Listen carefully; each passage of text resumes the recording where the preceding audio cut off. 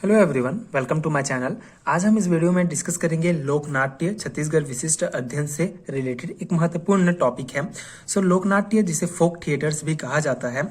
लोक नाट्य में नृत्य, गान व अभिनय सभी का समावेश होता है, जो सामान्य समारोह के रूप में या कुछ स्थानीय कुरीतियों को प्रकाश में लाने के उद्देश्य से एक नाट्य मंच के माध्यम से प्रस्तुत किए जाते हैं।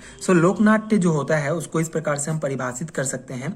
लोक नाट्य में नृत्य, गान व अभिनय तीनों का समावेश होता है लोक नाट्य में, जिसमें जो है या तो इसे सामान्य समारोह के रूप में लोक नाट्य को मनाया जाता है, या तो जो समाज में जो कुरीतियां जो फैली होती हैं, जैसे कि चोरी, डकैती, जो नारियों के ऊपर शोषण, जो भी कुरीतियां होती हैं उनको प्रकाश में लाने के उद्देश्य से इस नाट्य को किया जाता है। लोक नाट्य के माध्यम से उन कुरीतियों को दूर करने के लिए या उन कुरीतियों को उजागर करने के लिए इस लोक नाट्य के माध्यम से प्रस्तुत किए जाते हैं। छत्तीसगढ़ में प्रमुख लोक नाट्य का विवरण हम इस वीडियो में करेंगे। साथ ही साथ जो हमारे एग्जाम के पॉइंट ऑफ व्यू से जो पॉइंट बहुत ही ज्यादा इंपॉर्टेंट होंगे इन लोक नाट्य में, उन पॉइंट्स को डिस्कस करेंगे।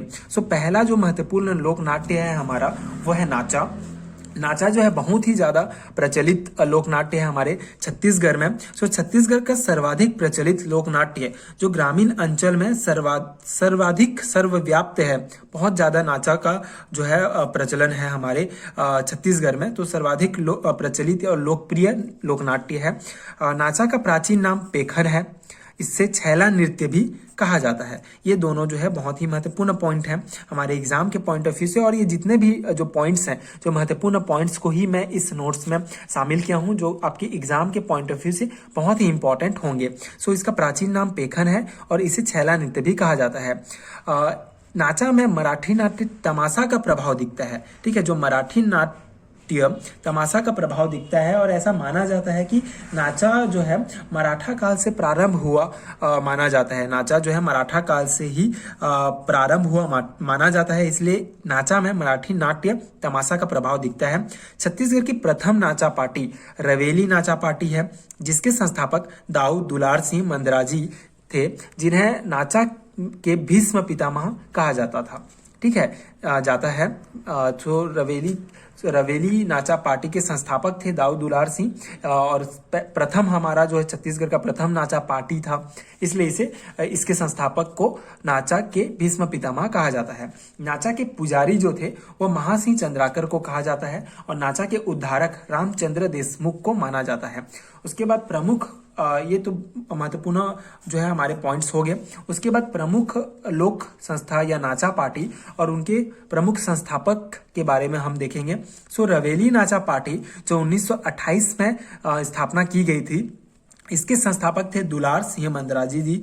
उसके बाद दूसरा हमारा प्रमुख नाचा पार्टी या लोक संस्था है, वह है चंदेनी गोंदा नाचा पार्टी, जो 1971 में इसकी स्थापना की गई थी, और इसके संस्थापक थे रामचंद्र देशमुख जी। छत्तीसगढ़ देहाती कला मंच जो कि 1948 में इसकी स्थापना की गई थी, और इसके संस्थापक रामचंद्र देशमुख थे। नया थिएटर या हिंदुस्तान थिएटर हबीब तनवीर थे इनके संस्थापक। सोनहा बिहान दाऊ महासिंह चंद्राकर जी थे। चिन्हारी नाचा पार्टी ममता चंद्राकर इनके संस्थापक हैं। उसके बाद मटेवा नाचा पार्टी इनके संस्थापक नाइक दास व झुमुक दास हैं। तो ये जो है प्रमुख नाचा पार्टी लोक संस्था हैं जिनके संस्थापक हैं। बहुत ही महत्वपूर्ण है हमारे सीजीपीएससी एग्जाम के लिए, और कोई भी छत्तीसगढ़ के वन डे एग्जाम के लिए बहुत ही महत्वपूर्ण पॉइंट्स हैं। और ये पॉइंट्स ही अगर हम छत्तीसगढ़ में याद रखेंगे तो हमारा जो है बहुत क्वेश्चन सॉल्व हो जाएंगे। उसके बाद हम देखेंगे एक और महत्वपूर्ण हमारा नाचा जो है गम्मत नाचा, जो ये छत्तीसगढ़ में एक और बहुत लोकप्रिय और बहुत ही प्राचीन लोक नाट्य है। प्रमुख पात्र इसमें जोकर व परी होते हैं। ठीक है, परी की भूमिका पुरुष ही निभाते हैं। तो ये गम्मत नाट्य की प्रमुख जो है विशेषताएं हैं कुछ। उसके बाद गम्मत में इनके अलावा भी कुछ महत्वपूर्ण पॉइंट्स हैं, जैसे कि जो गम्मत है इसमें हास्य व्यंग्य शैली, ठीक है, हास्य व्यंग्य शैली के द्वारा जो है किसी भी जो सामाजिक कुरीति होती है उनके ऊपर कटाक्ष किया जाता है, उनके ऊपर प्रहार किया जाता है। जो सामाजिक कुरीतियां होती हैं उनके ऊपर हास्य व्यंग्य शैली से इस नाट्य के माध्यम से उनके ऊपर प्रहार किया जाता है। और गम्मत जो होता है बेसिकली दो प्रचलित रूप हैं इसके। गम्मत के दो प्रचलित रूप हैं। पहला है हमारा खड़े साज, ठीक है। खरे साज जो दूसरा है हमारा बैठे साज। ये दो प्रचलित रूप हैं, आपको याद रखना बहुत महत्वपूर्ण है। गम्मत के दो प्रचलित रूप खरे साज व बैठे साज हैं। तो जो बैठे साज है उसको रतनपुरिया गम्मत भी कहा जाता है। रतनपुरिया गम्मत कहा जाता है। इसके जो प्रणेता थे, इनके जो संस्थापक थे, या इस बड़े साज जो लोकनाट्य है गम्मत के प्रकार, उसके जो प्रणेता थे वो हमारे बाबू रेवाराम जी थे। ठीक है, तो ये कुछ महत्वपूर्ण पॉइंट है हमारे गम्मत लोक नाट्य से संबंधित। उसके बाद रहस है तीसरा हमारा महत्वपूर्ण लोक नाट्य। छत्तीसगढ़ राज्य का जो सांस्कृतिक परंपरा का प्रतीक माना जाता है रहस लोकनाट्य को। पौराणिक चरित्रों की मानव आकार प्रतिमाएं बनाते हैं। यह लोकनाट्य उत्तर प्रदेश के रास लीला से अधिक प्रभावित है। रहस नृत्य होली के समय किया जाता है। यह राधा और कृष्ण की मनोहारी रास लीला की कथा का छत्तीसगढ़ी रूपांतरण है। ठीक है, सो रहस में जो है जो रास लीला है, कृष्ण और राधा की मनोहारी जो रास लीला है, ठीक है, उसका छत्तीसगढ़ी रूपांतरण जो है रहस लोकनाट्य में प्रदर्शित किया जाता है। यह बिलासपुर संभाग में सर्वाधिक प्रचलित है। तो रहस के रंगमंच को बेड़ा कहा जाता है। ठीक है, जहां पे ये लोकनाट्य किया जाता है, जो स्टेज होता है उसको बेड़ा कहा जाता है। छत्तीसगढ़ में बाबू रेवाराम रचित रहस की पंडुलिपियां बहुत ज्यादा प्रचलित हैं। इसके रंगमंच को बेड़ा कहा जाता है, ये वही पॉइंट है। इसे छत्तीसगढ़ी रास लीला भी कहा जाता है। ठीक है, इसमें जो विदूषक की भूमिका एक हास्य कलाकार के रूप में होती है। तो ये जो है रहस लोक नाट्य के महत्वपूर्ण पॉइंट्स हैं। उसके बाद हमारा अगला जो महत्वपूर्ण लोक नाट्य है वो है दही कांदो। दही कांदो रास व कर्मा। दही कांदो जो है रास व कर्मा का मिश्रित स्वरूप है। इस नाट्य को आयोजन कृष्ण जन्माष्टमी के अवसर पर इस नाट्य का आयोजन किया जाता है। रास व कर्मा का मिश्रित रूप जो है वो दही कांदो लोक नाट्य है। उसके बाद हमारा कुछ आदिवासी लोक नाट्य जो ट्राइबल्स जो हमारे ड्रामा है वो भी बहुत ही महत्वपूर्ण है। तो कुछ आदिवासी लोक नाट्य है वो है माओ पाटा। ठीक है, माओ पाटा क्या है? गोंडी भाषा में माओ का अर्थ होता है गौर या बाइसन तथा पाटा का अर्थ होता है नृत्य होता है। ठीक है, उसके बाद इसे गौर नाट्य भी कहा जाता है। ये गौर गौर नाट्य भी कहा जाता है। यह शिकार लोक नाट्य है।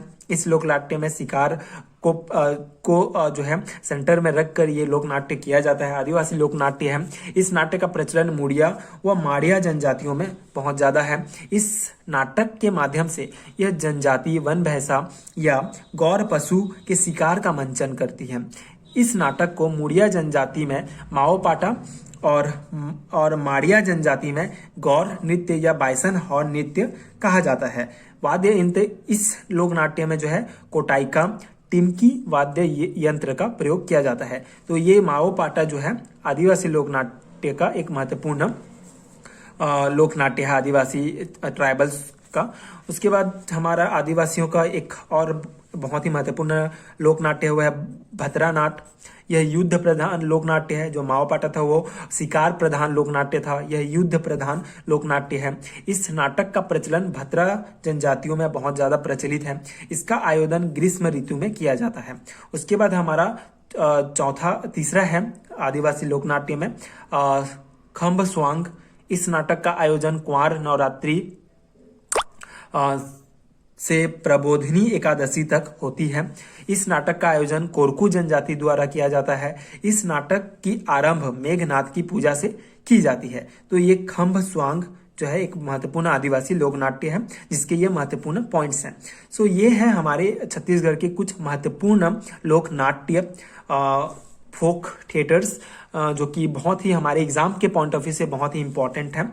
तो ये जो एक हैंडमेड्स नोट्स है आपके एग्जाम पॉइंट ऑफ व्यू से आई होप कि बहुत ज़्यादा यूजफुल हो और ये हेल्पफुल हो। अगर ये इंपॉर्टेंट पॉइंट्स ही हम लोक नाट्य में कर लेते हैं तो हमारे एग्जाम के जो है प्रिपरेशंस के लिए काफ़ी हेल्पफुल होंगे।